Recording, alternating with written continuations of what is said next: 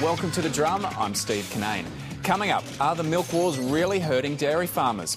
Why scamming is becoming a growth industry in Australia? And why Lady Gaga is doing her na-na over breast milk ice cream. Our panel tonight, CEO of Rate City, Damien Smith, social media strategist and former advisor to Malcolm Turnbull, Tommy Tudor-Hope, and John Barron from ABC News Radio. Well, Julia Gillard has been warned that industry expects more generous compensation under the government's new carbon pricing plan than it was due to receive under Kevin Rudd's CPRS. In a piece published in The Australian today, Rio Tinto's managing director David Peever says a carbon price will be disastrous for any business that can't pass on extra cost to consumers. He argues the failure to reach a global agreement on greenhouse gas targets means Kevin Rudd's carbon plan is not an appropriate starting point for discussions in 2011. But Climate Change Minister Greg Combet says that's not true. Perhaps Mr Peever, understandably, wasn't at Mexico at the Cancun conference, but the fact of the matter is that the international negotiations got back on track last December.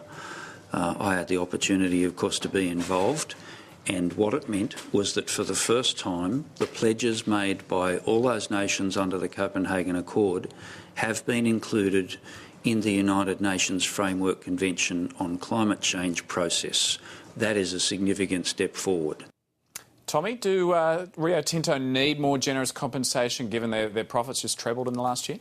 Well, I guess that's something they'll come to over the next 6 months, but I think his base point is essentially correct. The negotiations or the discussions they had with Kevin Rudd in 2009 was under a totally different circumstance than it is now, especially with Copenhagen being out of the way.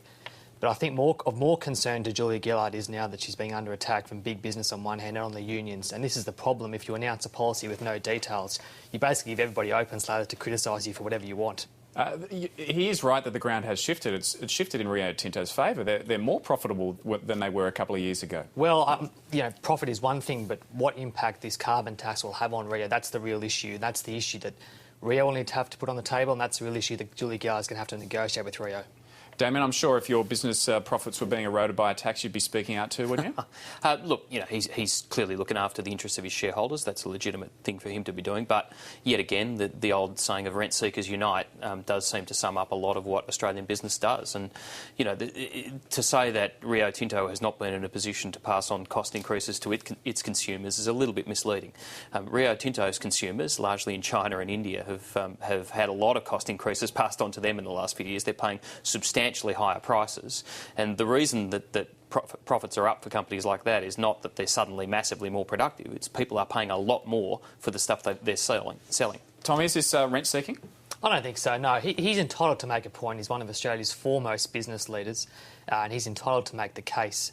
But, this is the discussion we'll be having over the next 6 months, I guess. John, he's making that case, but what's the likelihood? I mean, we're talking about a situation here where the Greens opposed the Kevin Rudd CPRS because it was giving too much compensation to industry. Now they've got a lot of clout, so it's unlikely that Labor's going to give more compensation if they're going to get a deal. Yeah, it's right. And, the irony here is you open a discussion, it quickly becomes a debate and then descends into a screaming argument, and that's what we're likely to see. We're seeing ambit claims from all sides. Businesses saying, this is going to cost us a lot. Unions saying, this could cost us a lot of jobs.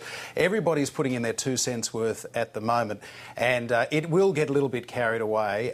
We will be seeing pretty soon what the Greens are going to make as their bottom line as well. And this is a process, for goodness sake, we went through this for months and months and months last year. I think a lot of the Australian voters really want to say, look, just wake me up when it's all over. Tell me what's going to happen, because clearly the business community has said this is going to happen. It's going to happen in July next year. So let's just work with it and make sure it's something we can work with. Tommy, Essential Media have been trying to get a pulse today of what voters think about the announcement so far, and they said in their poll that 48% of voters opposed the government's carbon pricing announcement, 35% in support. Yeah, that comes of no surprise to me. That's what happens when you announce a policy with Rob Oakeshott and Bob Brown. This is the biggest economic change, structural change to our economy when Julia Gillard announced this, it should have been Greg Combay there, it should have been Wayne Swan, it should have been Julia Gillard. That's the agenda she should have set. By having a circus with Oakeshott, Windsor, Brown, Christine Milne, she set absolutely the wrong message and off the wrong foot in this debate. And I think that's reflected in the polls this week. Damien, was it a circus the way they announced it? Oh, well, I think that there's not many things that aren't a circus in terms of how you get legislation through Parliament right now, I think, to be fair. But no, I think Tommy's got a fair point on that. But the reality is Australia survived tariff reductions. Australia survived a GST. If we play the tape back to the 1980s or the 1990s, then unions and government and business, everyone thought the sky was going to fall in both those cases. And but in the case of tariffs, it did hurt Labor's base, didn't it? A lot of blue-collar workers lost their jobs. Absolutely, but on balance, Australia is a better place for it. Australia is a richer place for not having those tariff barriers in place than it was before. And, I think it's imperative that the government does get on the front foot about this because, economic reforms like this do have winners and losers, to be sure, but ultimately they're the right thing to do. As part of that essential polling today, 59% of voters agreed with the statement the PM has broken an election promise and should wait until after the next election before introducing a carbon pollution tax. Does that surprise you? It doesn't surprise me. I mean, I think that the debate has been very effectively painted that way. I think Abbott, in his inimitable style, has managed to corner the argument very quickly and got the argument on that one alone. But at the end of the day, voters are going to get the chance to vote on this. It's not that far away. Voters will get a very clear chance in 2013 to decide on this. It's not like that 2013 election will be held under false pretences. And John, Tony Abbott's called for a people's revolt on this, and it sounds like there's some rallies due this month against the carbon tax. Yes, the anti-carbon tax activists are revolting, and they're organising in ways rather reminiscent of the anti-tax Tea Party movement in the United States. Again, the rabbles being roused by right-wing media. In this case, it's commercial talk radio in Sydney, which is undergoing a little sort of internal war of its own at the moment. Who can be more conservative between the shock jocks?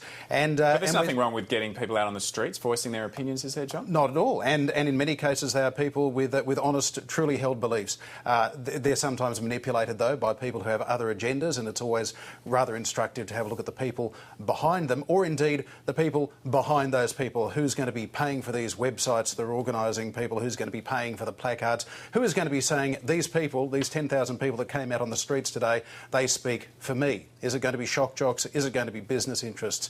We should turn a sceptical eye to this, but also understand that a lot of people just don't want to pay another tax because they don't feel they can afford it. Tommy, what's your reading of these protests that are coming? No, I don't buy into the conspiracy theory about shock jocks and all the rest. I think people are rightly angry about the broken promise, and that was quite clear. But people are entitled to protest. I don't think we'll see anything like what we've seen in America with the Tea Party. It's a very different sort of movement over there based on more fiscal conservatism and spending than the climate change carbon tax debate we're having here. But I don't think we'll see mass protests like we did in America. Tommy, last week your old boss Malcolm Turnbull was asked if he could name an economist who was supportive of the Coalition's carbon reduction plan, and he couldn't come up with any. Does the Coalition have their own weak point here? Well, I don't think that's right. I think, Andrew Robb, I think on Insiders yesterday said there were a few. I think Sinclair Davidson from RMIT. I think he named two. Yeah, Danny Price, who I did some work with back in 2009 with Malcolm on the Who then rung up the Coalition and said he didn't support it, Not quite right. I think he said, it's a better plan than Labor's plan. I don't say I endorse it, but that's a bit of conjure. But I think Sinclair Davidson... According to the papers, he said, though, that it added up, but it didn't I would never question what the papers say. But, no, I think some economists have, but that is a problem. Third-party endorsements are a key plank of any policy sell. Julia Gillard will have her own challenges in that regard, but I think, people have criticised the Coalition for that. But let's remember, it's not the Coalition introducing a carbon tax this week, it's actually Labor's tax that is a real debate. Damien, do you see some weak points there for Labor to hit? Oh, look, absolutely. Life is full of delicious ironies, but the fact that a Labor government is advocating something relatively close over the next few years to a market-based solution for carbon pricing, and the Liberal Party is advocating spending billions of dollars investing in its choice of technologies to solve carbon problems is an astonishing irony. The only thing that actually doesn't astonish me is that I think we all know Tony Abbott represents the last throes of the Democratic Labor Party. Tony Abbott may well believe in big government on these things. I think what's astonishing to me is someone as smart as Malcolm Turnbull manages to carry off the fiction that he supports this. One of the reasons why I think a lot of people who have political views, such as myself, get turned off by politics is that we all know that Malcolm Turnbull doesn't really believe this. We all know he's parroting a party line. We all know he believes in market signals because markets tend to work on this stuff, and yet he has to sit there and pretend that this stuff is actually his idea and that it's legitimate. We all know that's not true. And it's been a hard argument too, hasn't it, for Greg Hunt to argue, given that his whole thesis at university that I think Peter Martin published today. Yeah. Not that we want all our views from university on the public record, but or behaviour. Yeah, that's true. But Peter Martin published that on his blog today, and back then he was arguing for a carbon price well ahead of a lot of people. Yeah, well, I think it's naive in the extreme to think everybody in one party is going to believe everything of that party's platform. And Greg may have had different views when he was at university. I'm sure Julia Gillard had different foreign policy views when she was at university. Malcolm might have different views now, but him and Greg are certainly playing as team players on this one. I can't see it being an issue for the coalition. John, your thoughts? Well, at this stage, there are less credible economists supporting Tony Abbott's scheme than credible scientists suggesting that mankind isn't responsible for climate change at the moment. And it seems that business is seeing the writing on the wall, and they want to be a part of this process. And Tony Abbott is finding few allies right now. Well, the idea of the big banks cutting interest rates independent of